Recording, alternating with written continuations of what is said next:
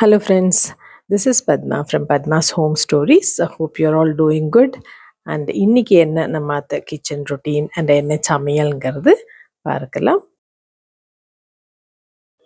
சமையலுக்கு என்னதுங்கிறது பிளான் பண்ணிட்டு வாஷ் பண்ணி வெஜிடபிள்ஸ் எல்லாம் கட் பண்ணி வச்சுருந்தாச்சு. இது பண்ணுறப்பவே பாதி சமையல் முடிஞ்ச மாதிரி ஒரு ஃபீலிங் வந்துவிடும். அரைக்கீரை அலம்பி ஆஞ்சு வச்சுருந்தாச்சு. அப்புறமா மாங்காய் இருந்தது, அது எண்ணெய் மாங்காய் தொக்கு போடலான்னு சொல்லிட்டு ஸ்கின்னை பீல் பண்ணி ரைஸ் போட்டு வச்சுருந்தாச்சு. கத்திரிக்காய் கறி, போகாக்கு ரெட் அவில் கிடச்சிது, மட்டை அரிசி அவில், அது ஊற வச்சு உப்பு கலந்து எடுத்து வச்சுருந்தாச்சு. அதுக்கு வேண்டது கேரட், கேப்சிகம், ஆனியன், லெமன், இஞ்சி, பச்சை மிளகாய் அதெல்லாம் நறுக்கி வச்சுருந்தாச்சு. இதுதான் இன்னைக்கு நம்ம மெனு.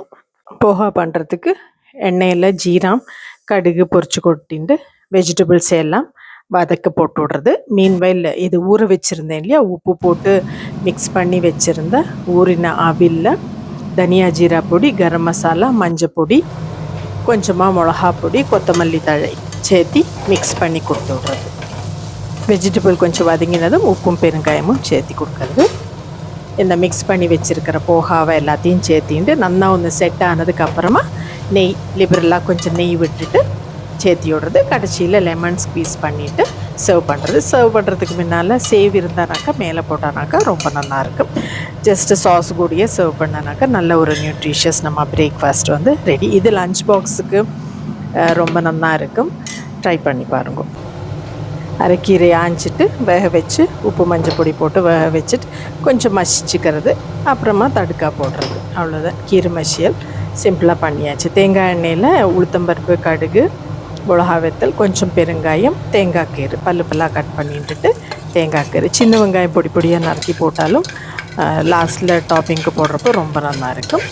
அவ்வளோதான் கீரை மசியல் சிம்பிளாக ஒன்று பண்ணியாச்சு.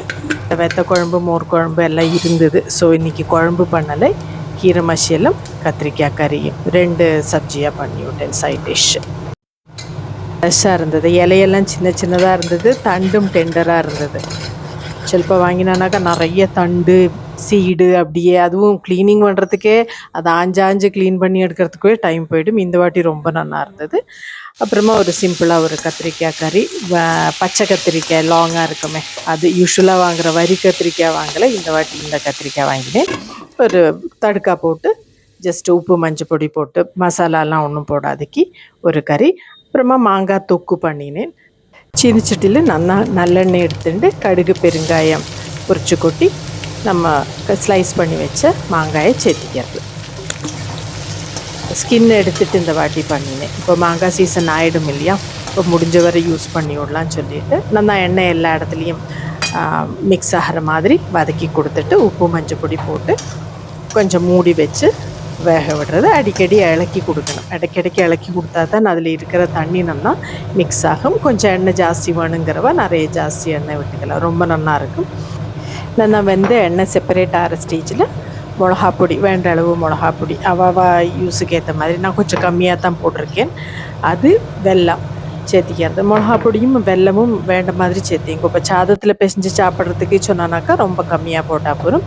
ஊறுகாய் மாதிரி பண்ணுறது சொன்னானாக்கா காரம் ஜாஸ்தியாக போடணும்.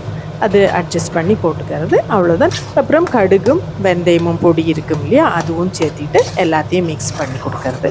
That is it. கொஞ்சம் நேரம் ஆற வச்சு விட்டோம்னு சொன்னானாக்கா எண்ணெய் இன்னும் கொஞ்சம் கூட செப்பரேட் ஆகும். அதுக்கப்புறமா கண்டெய்னரில் போட்டுக்கிறது. 1 வீக் வரை இருக்கும். நம்ம சும்மா வெட்ட ஸ்பூனெல்லாம் போடலை சொன்னானாக்கா 1 வீக் இருக்கும். சாத்துக்கூட பிசைஞ்சு சாப்பிட்றதுக்கு நல்லா இருக்கும். தயிர் சாத்துக்கூடையும் நல்லா இருக்கும். பண்ணி பார்த்து ஃபீட்பேக் தாங்கும். இது புளிப்பு மாங்காயிலையும் நல்லா இருக்கும். கொஞ்சம் ஸ்வீட் மாங்காய், கிளிமூக்கு மாங்காய் அது மாதிரி இருக்கிறதுலையும் ரொம்ப நல்லா இருக்கும். சூப்பராக வந்திருக்கு. ஹல்வா மாதிரி இருக்குது பார்க்குறதுக்கு. இதுதான் என்னோட கிச்சன் ரொட்டீன் அண்ட் சமையல். எல்லாருக்கும் பிடிச்சிருக்குன்னு நினைக்கிறேன். பண்ணி பார்த்து ஃபீட்பேக் தாங்கோ. சப்ஸ்கிரைப் பண்ணி என்கரேஜ் பண்ணுங்க. See you again with another useful and interesting video. Till then, bye-bye.